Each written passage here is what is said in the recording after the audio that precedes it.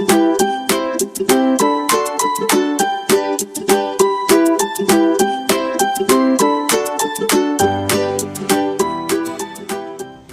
adik-adik, sebelum kita memulai ibadah kita pada hari ini, mari kita berdoa ya. Tutup matanya, lipat tangannya. Allah Bapa yang kita dalam surga, terima kasih ya Bapa, Kau telah mengumpulkan kami semua di sini dan kami bisa bertemu lewat YouTube. Ya Bapa, sebentar lagi kami ingin memulai ibadah sekolah minggu, sertailah kami dari awal ibadah hingga akhirnya. Terima kasih ya Bapa, dalam nama Yesus kami berdoa padamu. Amin. Adik-adik, kalian tahu nggak kalau misalnya semua hari itu adalah harinya Tuhan, terkhusus hari ini, hari Minggu.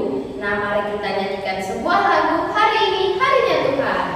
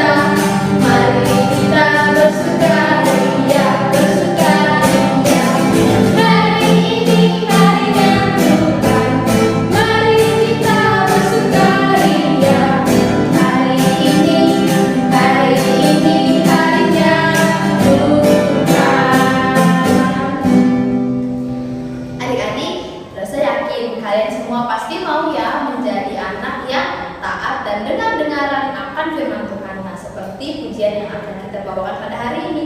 Dengar, dia panggil nama saya. Musik.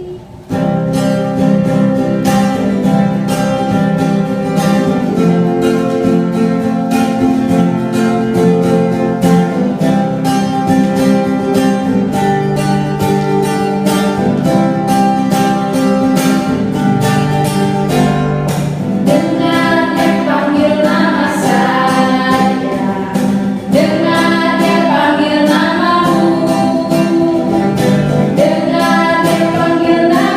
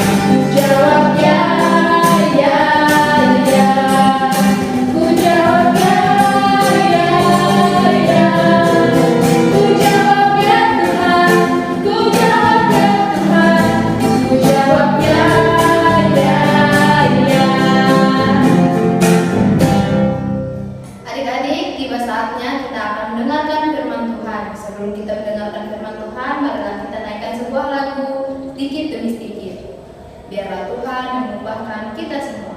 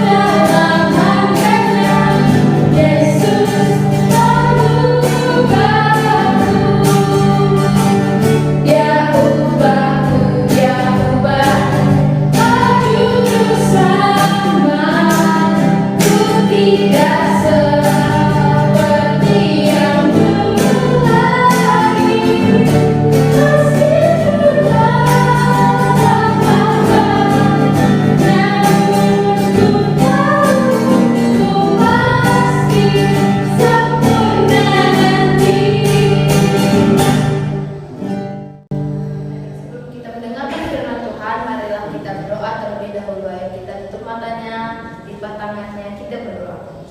Allah Bapa yang bertata dalam surga, terima kasih ya Bapak, Kau telah memberkati kami dari awal pujian hingga akhirnya ya Bapak. Sebentar lagi kami ingin mendengarkan cerita firman Tuhan dari Wase-Wase. Bapak selalu sertai kami, berkatilah kami. Terima kasih ya Bapak, dalam nama Yesus kami berdoa kepadamu. Amin. Untuk adik-adik yang mau memberikan persembahan, kalian bisa minta tolong papa, mama, atau orang dewasa yang ada di sekitar kalian untuk memberikan persembahan ke rekening yang ada di bawah sini. Terima kasih. Shalom adik-adik, gimana kabarnya? Lo seharap kalian sehat selalu ya. Bentar, adik-adik dengar gak suara tadi? Suara kayak orang perut lapar gitu. Ada lagi suaranya. Dengar gak? Bentar. Hehe, sepertinya suara perut lause deh. Nah, ngomong-ngomong soal lapar, adik-adik pernah gak sih menahan rasa lapar? Pasti gak enak bukan? Tapi adik-adik pernah gak menahan rasa lapar karena tidak ada lagi makanan yang dapat dimakan? Nah, hal ini pernah terjadi 2000 tahun yang lalu pada bangsa Israel, di mana mereka dilanda kelaparan. Tapi ada seorang nabi yang diutus Allah untuk menolong umat Allah dan memberitahu mereka bahwa Allah menyediakan makanan bagi mereka. Siapa ya nabi ini? Yuk kita simak ceritanya. Nah, cerita ini diambil dari 2 Raja-Raja 6 ayat 24 hingga 2 Raja-Raja 7 ayat 20. Orang-orang Israel sangat membutuhkan makanan. Raja Aram dan tentaranya telah mengepung kota Samaria. Sekarang penduduk di dalam kota tidak dapat keluar untuk mencari makanan. Dan tidak ada orang luar yang bisa membawakan makanan ke dalam kota. Hari demi hari, tentara masuk berdiri menjaga di sekitar Samaria. Mereka menunggu orang-orang yang kelaparan itu menyerah. Makanan langka dan sangat mahal. Orang-orang begitu lapar sehingga mereka bersedia membayar 80 shikal perak untuk kepala keledai, di mana hewan najis yang tidak boleh dimakan oleh umat Allah. Bahkan benih polong pun dihargai sangat mahal. Wow, Pet. persentase oktapedia. Nah, adik-adik tahu nggak? 1 sikal kalau udah dirupiahin itu adalah 4.300 rupiah. Nah, bayangkan tuh, mereka harus membeli 1 kepala keledai dengan harga 80 sikal. Kalau kita rupiahin harganya sekitar 344.000 rupiah untuk 1 kepala keledai. Nah, sedangkan pada zaman itu, kepala keledai itu adalah suatu yang haram, suatu yang tidak dapat dimakan. Tetapi karena dilanda sangat lapar dan tidak ada lagi bahan makanan yang dapat dimakan, mereka terpaksa untuk membeli 1 kepala keledai untuk mereka santap bersama keluarga mereka. Nah, adik-adik, betapa susahnya bangsa Israel pada zaman itu untuk bertahan hidup. Yuk kita lanjut simak ceritanya. Di dalam kota, orang-orang melihat ke atas. Mereka memperhatikan Raja Israel berjalan perlahan di atas tembok kota. Seorang perempuan pun berseru kepadanya, "Tolonglah aku, ya Tuanku Raja." "Jika Tuhan tidak menolong engkau, dengan apa aku dapat menolong engkau?" Sang raja menjadi sangat marah kepada Allah dan nabinya Elisa. Ia menyalahkan mereka atas situasi di Samaria. Maka sang raja mengoyakkan jubah kerajaannya, menunjukkan kain kabung yang ia kenakan di baliknya. "Beginilah kiranya Allah menghukum aku. Bahkan lebih daripada itu, jika masih tinggal kepala Elisa di atas tubuhnya pada hari ini." Elisa yang sedang duduk di rumahnya bersama para tua-tua kota itu mengetahui bahwa raja berencana membunuh dia. Allah berfirman kepada Elisa dan mengatakan kepadanya apa yang harus dia katakan kepada orang suruhan raja ketika ia datang. "Beginilah firman Tuhan, besok kira-kira waktu ini sesukat tepung yang terbaik akan berharga sesikal dan 2 sekat jelai akan berharga sesikal di pintu gerbang Samaria." Sekalipun Tuhan membuat tingkat-tingkat di langit dan menuangkan tepung dan gandum, itu tidak mungkin terjadi. Sesungguhnya engkau akan melihatnya dengan matamu sendiri. Namun karena engkau tidak percaya, engkau tidak akan makan apa-apa daripadanya. Selama ini Allah sudah mengetahui bahwa umatnya tidak memiliki makanan, dan tepat saat Elisa berbicara dengan ajudan raja, Allah menjalankan rencananya untuk memberi makan umatnya. Ada 4 orang laki-laki dengan penyakit kulit yang disebut penyakit kusta, yang tinggal di bagian luar kota dekat pintu gerbang kota. Keempat laki-laki begitu membutuhkan makanan, sehingga mereka memutuskan untuk pergi ke kemah tentara musuh dan meminta makanan. "Jika mereka membiarkan kita hidup, kita akan hidup. Dan jika mereka mematikan kita, kita akan mati." Ketika senja tiba, Allah membuat para tentara di perkemahan musuh mendengar bunyi kereta, kuda, dan tentara besar. Para prajurit berkata satu sama lain, "Sesungguhnya Raja Israel telah mengupah raja-raja orang Het dan raja-raja Misraim melawan kita, supaya mereka menyerang kita." Dengan ketakutan, mereka berlari menyelamatkan diri. Mereka meninggalkan seluruh barang bawaan mereka, binatang-binatang, dan persediaan makanan mereka di kemah. Ketika 4 orang kusta itu tiba di perkemahan, tidak ada seorang pun di sana. Mereka masuk ke dalam salah satu tenda, kemudian makan dan minum. Mereka mengambil perak, emas, dan pakaian, kemudian pergi menyembunyikannya. Lalu mereka kembali lagi ke kemah, memasuki kemah lain dan mengambil barang-barang lainnya. "Tidak patut yang kita lakukan ini. Hari ini ialah hari kabar baik, tetapi kita tinggal diam saja. Apabila kita menaati sampai terang pagi, maka hukuman akan menimpa kita. Jadi sekarang marilah kita pergi menghadap untuk memberitahukan hal itu ke istana raja." Saat Raja Israel mendengar cerita ini, ia pikir itu bukanlah kabar baik. Menurut raja, bisa saja hal itu adalah jebakan yang dipasang oleh musuh. Akan kuberitahu apa orang Aram itu lakukan. Mereka bersembunyi di padang di dekat perkemahan itu. Kemudian ketika kita meninggalkan kota, mereka akan menangkap kita hidup-hidup dan menduduki kota.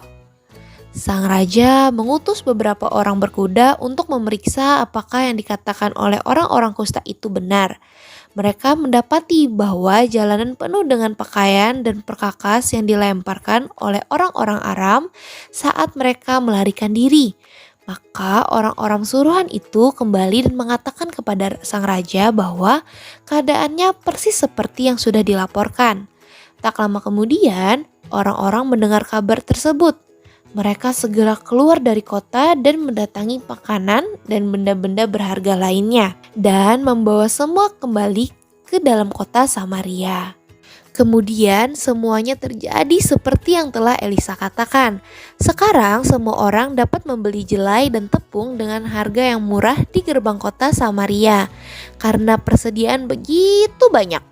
Sang ajudan raja yang tidak percaya kepada Elisa berada di pintu gerbang. Seperti yang sudah dibuatkan oleh Elisa, ia melihat makanan namun tidak mendapatkannya.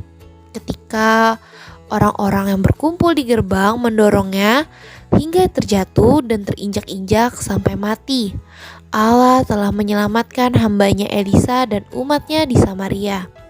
Ia telah menyediakan makanan bagi mereka dan ia telah menghukum ajudan dan tidak mempercayai firman-Nya. Nah adik-adik, ada yang nyimak gak ceritanya tadi? Lo semua mau tanya, Nabi siapa yang diutus Allah untuk menyelamatkan bangsa Israel? Apa jawabannya? Iya, betul banget, Nabi Elisa. Nah adik-adik, di masa sulit mendatang seperti kemarin, kita mengalami satu namanya virus COVID-19, di mana virus ini memasuki wilayah Indonesia dan seluruh negara yang membuat kita semua kesulitan dalam melakukan aktivitas. Seperti nih adik-adik sekolah yang asalnya di sekolah bisa rame-rame sama teman, adik-adik harus sekolah sendirian di rumah, belajar online, susah fokus di rumah, mungkin ada yang terkendala oleh gadgetnya nggak memadai, atau ada terkendala di mana saat nggak paham tugas, bingung nih mau tanya siapa. Meski terkadang kita menghadapi masa-masa sulit kita seperti raja di mana dengan keputusasaan, seperti penduduk Samaria juga dengan keputusasaan, tetapi Allah ingin kita seperti Nabi Elisa adik-adik, di mana dengan mempercayai Allah dan menyerahkan kebutuhan kita pada Dia. Nah, saat kita menghadapi situasi yang sulit, kita dapat mempercayai Allah melepaskan kita dari situasi tersebut adik-adik. Di mana situasi sulit, kita mungkin berubah atau mungkin tidak berubah. Tapi kita tetap harus bersandar kepada Allah untuk menyertai kita dan menyediakan segala kebutuhan kita. Allah berkuasa atas hidup kita dan memastikan bahwa segala sesuatu yang terjadi kepada kita adalah demi kebaikan kita, sehingga kita dapat percaya kepada Dia. Nah, coba adik-adik bayangkan, terkendala sinyal losse, sinyal yang gak stabil, harus beli kuota. Tapi pemerintah memberi bantuan, yaitu kuota gratis untuk adik-adik yang belajar di rumah. Di mana setiap masalah yang terjadi pasti memiliki kesulitan. Nah, tapi Tuhan selalu memberikan sebuah solusi atau kelepasan untuk kita semua adik-adik. Nah, sekarang kita mau mendengarkan ayat hafalan kita dan aktivitas kita hari ini. Apa ya? Yuk kita simak. Ayat hafalan hari ini diambil dari Mazmur 145 ayat 9. Isinya adalah Tuhan itu baik kepada semua orang dan penuh rahmat terhadap segala yang dijadikannya. Nah adik-adik, cerita sekolah minggu kita sudah selesai. Jangan lupa kerjakan aktivitasnya ya.